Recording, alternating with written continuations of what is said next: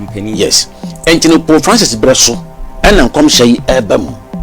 Sir, and then America say, I know, and the Daniel 11. Omopa, Omumfre, Senor. No Munchim Sentia, Gitum say, and your more.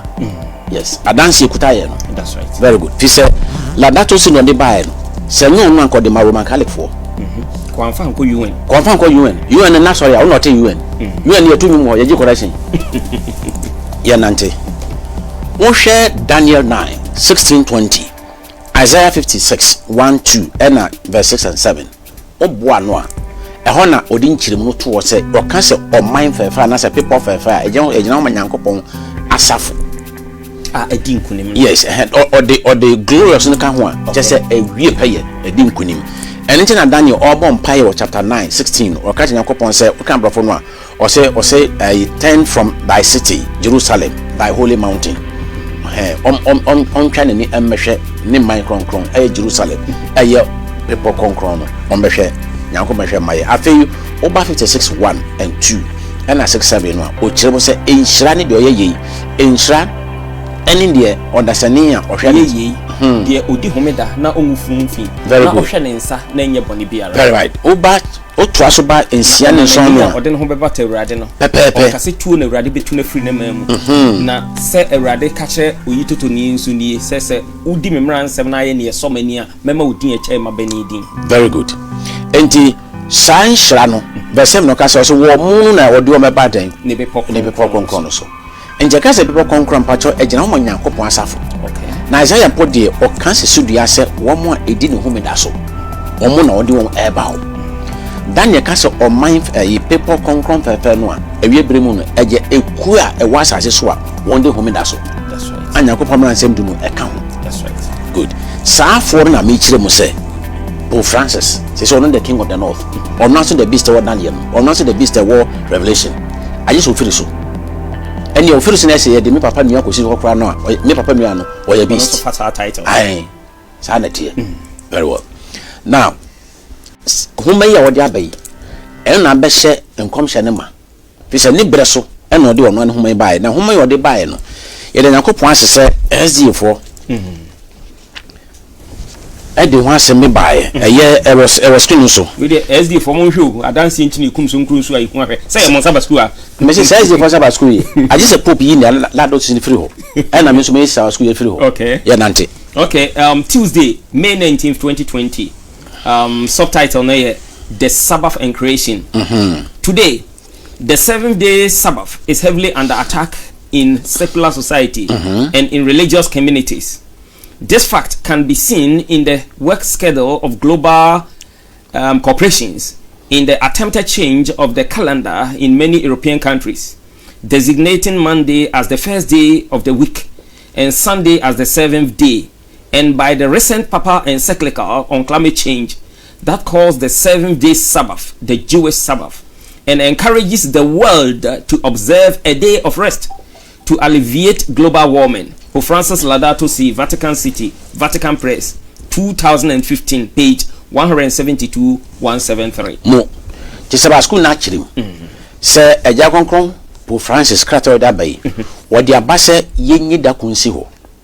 Enyi da bensi ho. Ne emfa home entia obobre any oyemushi aba no. Climate change. Fine. Ana me pese me bisa memme na so de aka ne se. Enti omo nyina ye din eze for kofa baye da be no mo so beka bi. So what I say? Say omo bu no mfram se me nyai de America no. Me kwati ma sorry. Se me ka se omo kwa ezi am se ezi nya. Yes. Omo kwa omo se de ye ka o TV so ha no. Ya no mo ntu ezi enya hwe. Anye ye kura no. Omo abebom omo abeyi mu asotiri se eja konkro Pope Francis de Krat bia ba bonten. And the Sanyezi for the buy and John Pessaman dance or what we are saying who won. Obujenumini, Papa, you are seeing your mouth, Makudu. One. I know when to me can be. The question is for the bands on me now, the bone only be. Omushe, Sanyankopon after more. Yankopon, in fact, you see, to Monda Yankopon, or Motu correction, when you be from Mezi from Fandomasi, Domayan, above one. That's right. Yanante. What far baby, Papa, you did the Humai Fire Pope Francis, or share an amount or the 2 year or the call you in. Tell me, can say one fan from Roman Catholic. Or the call you and you and 40 2 more say, and pa a home away, and no more shares or more than 17 SDGs. sa document ya kan na meko so abodin ade ko sise wi ase baba wiye. That's right. Fine. Maka ne sa wie no. Afei wode call UN no. Baby wode kwaseda som ko hye ya ebe kwete nyakopon mra na man kom sha bemo no. Ewo SG no item 13 eye climate change. De so no miensa. Eho no de ko hye. No de ko hye oso so no. Se dom so wini brofo no. Se wan ni na chief na hyase no a unhu be okoduru. Omo hye ne somaye. Na neji sem ne se edi cemetery do miensa no. Eho na mark of the beast no wo eye kwaseda som. That's right. Ono so ko fa la data sini bae no. Wanyam bia mfa nko hye se number 13. Ehwa no de ko hye. Climate change. SDG number 13. 13. Ehwa no de on kwaseda som na ko wura ye. Fine. Ena bio UN eye hye se ye ne hya hodo ebi ni gender equality. So atase ena no poverty ye ohia firi wiase ye mobi aduane ye mobi nsuo eye mako so Dunson 17. Dunson no eye Revelation chapter 17 no ehon so na UN no nkomhye no eni bible bia. Wow. Agise bia oba Daniel but bia mark of the beast no wo census no wo no Revelation 13 ena bia United Nations wo Revelation mu no Revelation 17 ena SDG no 17 sa ena kwasi ada som na ye mark of the beast no so wo SDG number 13 yes ho enti omonko so incident bibia no be ya me on be show nyankopon very well enti no Francis de call UN no ena UN maso no de call Paris no ene ye nhyeji tuma ye kan Paris agreement oman bia assign bi ye Paris agreement no Pope Francis de ko ho na document ni ye document a eso se bia encyclopedia bi kakraka bi ni nyina ni Pope Francis krata no de ko no o matwe e de ahye we enti ka Paris agreement a we na ye de adwuma. That's right. Na o de free Paris no ye ji tu mu no o si akwan kakra bae ye wafa Donald Trump. That's right. Onu si kwan se ompene se America on toaso emfa ne ho hye saa hye yi mu enti no osi kwan oyi America film. That's right. Omo ye ya omo share edi program ye chi no enim say ya bo video no several times yes. Say wa withdraw America. Omo ye ya anye yi enti no eda ya saa de ko se yetu na de so ti yetu na de so no meche toaso ba bio no eye ni omo ye no UK eye COP 26 okay 2021 ho no mo kan se afeedie Paris agreement no ya je ne bibia atom aka se de be adwuma eno nya video 2 okay adansi nti production Mr. Mamadaro mamunro video 2 enfamai bia no bia nya kwanya hwe.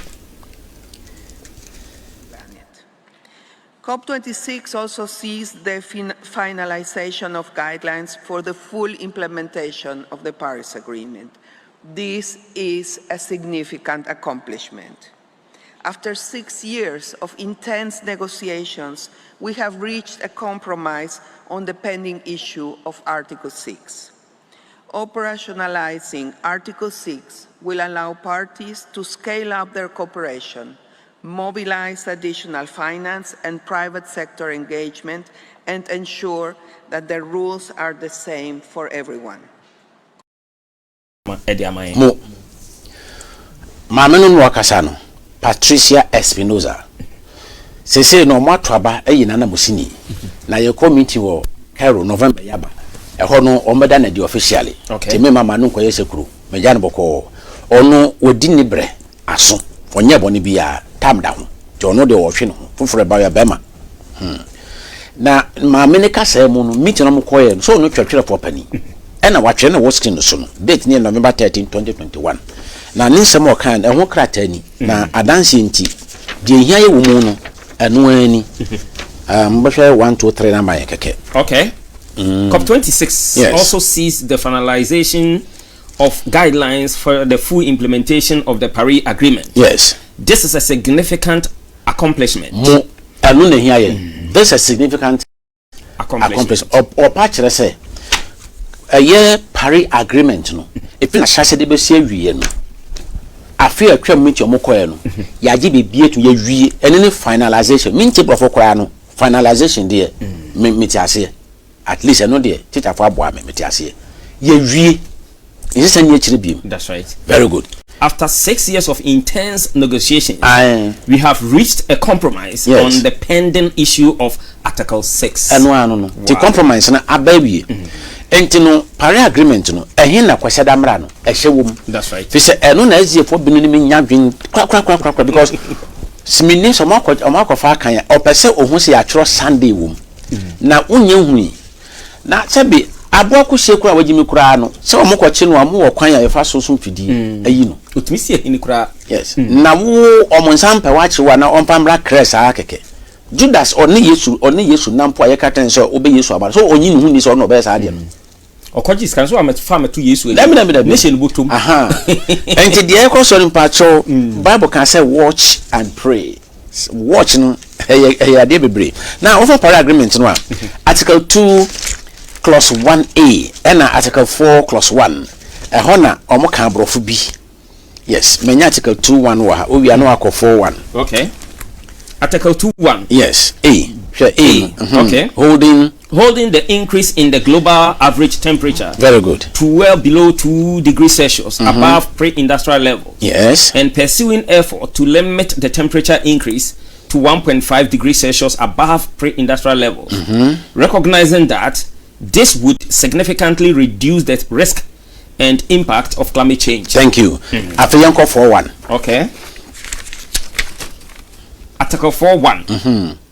In order to achieve the long-term temperature goals set out in Article 2, parties aim to reach global peaking of greenhouse gas emission as soon as possible. Yes. Recognizing that peaking will take longer for developing countries parties and to undertake rapid reduction thereafter in accordance with best available science so as to achieve a balance between anthropogenic emissions by source and removals by sinks of greenhouse gases in the second half of this century on the basis of equity and in the context of sustainable development and efforts to eradicate poverty. Mo sabrofo no menyazie fo na semeto o mfode a anka we omfa ne se aduro anopa atre baako awia anwumre omunum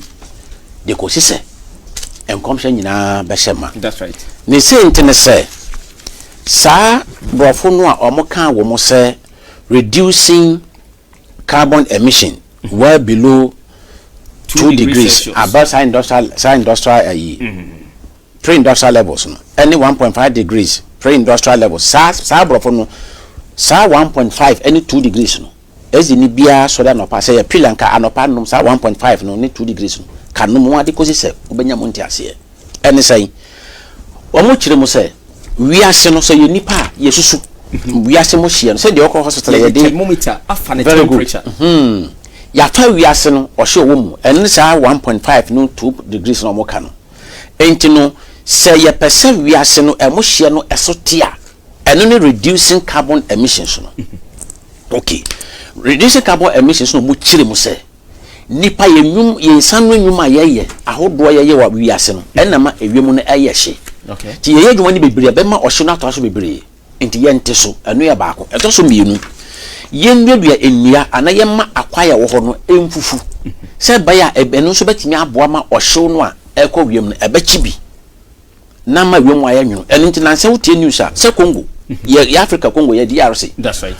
Kwaya no omo no omo kwatwa bi you and the abasa musion kan wona budua ne baako asamatom te se Ghana ye kwaya ye wo na Ghana fo so ye kwatwa kakra bi na keka man so ye de twianum na tumi efiri so abasa musion kan ne twadi behu de be yo. That's right. Enti no omo nya nwa ne twa omo ye sika de be brom be dua no wo ntwa se enua no eye sink omo ka se sink ya je se eye me ka se eye kruwa bi a ye hwie ohyew egum echi ohyew ni bi enti me retwa nua no yes into oman bi a same thing to Brazil. Yes oman bi a wo sa kwaye brentu akase wo asase so no you ntwa woka Ghana gibi se me boa se Ghana company fotie omon kan kire se ye maye allowance ana se ye maye ayi me kan sample sikan kakra se be ya yenkotwa nua ye kope for because ya asase ne ye hu kwan se yetwa ana tenti o so mo ka se me ntwa se omo se di bibiba anya bribe e agreement no one is a para agreement omo twa 100 billion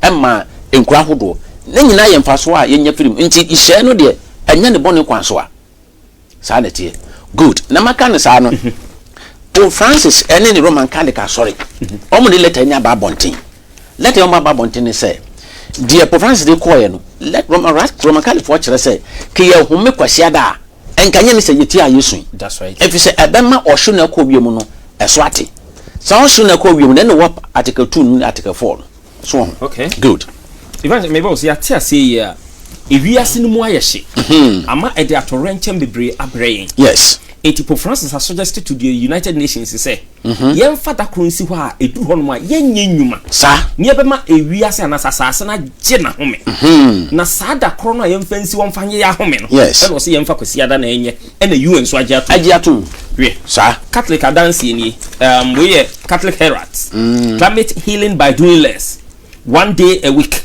that's 19th April 2022 afei Chashuba, I'm not a climate scientist. First paragraph. Why? Okay, I'm not a climate scientist. Very but good. I know this: if 70 million U.S. Catholics embrace Pope Francis' encyclical Laudato Si on care of creation and honor the Lord's Day by following the third commandment, we would see a dramatic drop in greenhouse gases. Dramatic drop in greenhouse gases. And the Paris Agreement. Yeah. 2 degrees Celsius. Yes. Almost say 1.5 degrees Celsius. No as if we pay be a Sunday loan channel. Ti sa brofo ase yi. Because I didn't be any nam no. O de young remember. Now, I feel kokakra. So what can one person do? Okay. So what can one person do? Not much. But 70 million US Catholics could make a difference on the Sabbath. Yes. Greatly reducing carbon in the atmosphere by literally doing less. If you are waiting for God to save us, you are too late. He told us how by writing it with his finger on a stone tablet several thousand years ago. Also, my California catcher and say, Onyakopon tron in Marano, I will abort proso in fame pimpy a chum. And no much them say, Baby, I troll home and one, and Yakopon ransom a tosso miensa. And so Bible near the tosso 9. That's right. Ain't not Daniel Sham come say. Obetwenu to madano akata wiase so obefrai nyina yani na nyanya mema o mo be wo sa ye nante. What would honoring the Sabbath look like? Afi wo be chirim worship and prayer as usual. Wow, worship and prayer. Yes, on the so-called Sabbath that they again. And to mo kire se edu kwasi da yen kokoton sore urade afo ade ton so kan wansem se no shopping. Ye do mo ase with human lives at stake. Is it so difficult to only shop 6 days? Very question. Good. Ebaka twinso kan say no driving. Yeda na say hedges and company reports about 1,446 billion vehicles on earth in 2022 with 19% in the United States. Very good. Where possible, use public transport. Prohibiting commercial vehicles on Sunday would have a great impact. Also say betimi a ye maka nyina mfiri kwan so empo won yo mode ka ye dwuma giska gomboto kwasi ada de enye dwuma na se mamme ndan de kona kwatwidi so ada ase kwasi ada mom de eye Jan Concrete Francis home da de ba wiase yenyi ka be firi kwan so except essential services. Yo, God gave clear instructions. Yeda na say so God blessed the 7th day and hallowed it. Very good. Because on it God rested. Genesis chapter 2 verse 3. He's quoted. Very good. Now, menkwa no so. Maka na say wie no. De tie ne say Pope Francis de aba. Se kwasi ada ye home. Ena Roman Catholic asori abe kirim. Se de Pope Francis kan Laudato Si mu ne kirim no kire say edu kwasi ada ye mpa nyosom. Ye nton de. Tani wa nton de a se ye nkoto. Ye ntwika. Ye mie factories. Ye mie factory. Emfa kan so konye dwuma. Edu kwasi ada. Wasisi ye Laudato Si na se de a enyenka ye ne sa. You and for catcher say the Pope Francis de Pano. Nina mo anu nkosi no ye gitum afi atwa 2021. Entin afei na aben ye betiti amaye kakra kran edi semetin dunan obofo de kan kransem no. O se munso nyankopon na mo hye nunyam no sa kransem no ode ma asase. Anase wiase ebum ansa na eba manaman. Kasa emsokuni nipa. Enti you and asase no de o makoje atum. The Samun Son Yankopon no you in the bush. After ye bra amanaman. Then as watching tana mo ate say achechide say yeso jagu na chi. That's right. Ebedru ho.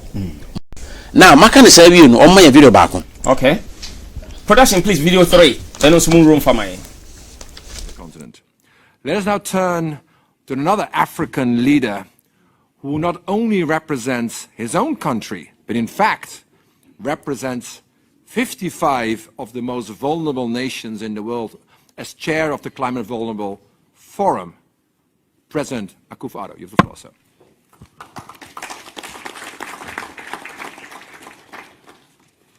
Co-chairs, Your Excellencies, participants, ladies and gentlemen, I thank the conveners of this summit, the Global Center on Adaptation, GCA, the African Development Bank, the former Secretary General of the United Nations, Mr. Ban Ki-moon, and His Excellency, Monsieur Macky Sall, President of the Republic of Senegal and current Chair of the African Union, for the invitation to participate in this event.